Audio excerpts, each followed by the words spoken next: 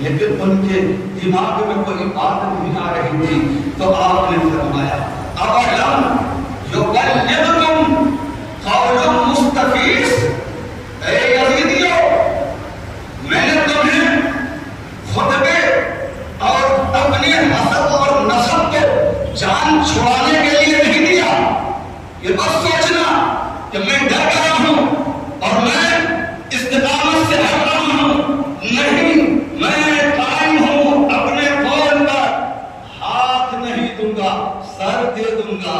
اسی لیے تو خواجہ نے فرمایا شاہ است حسین، بادشاہ است حسین، دین است حسین، دین پناہ است حسین، سردار نقاب در دست یزید، ہر آگے بنائے لا الہ است حسین۔ بتاؤ، آقا حسین نے ہاتھ نہیں دیا۔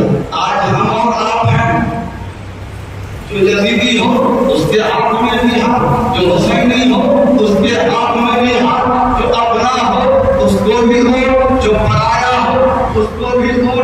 تو کربلا والے کی داستان سننے سے کیا فائدہ؟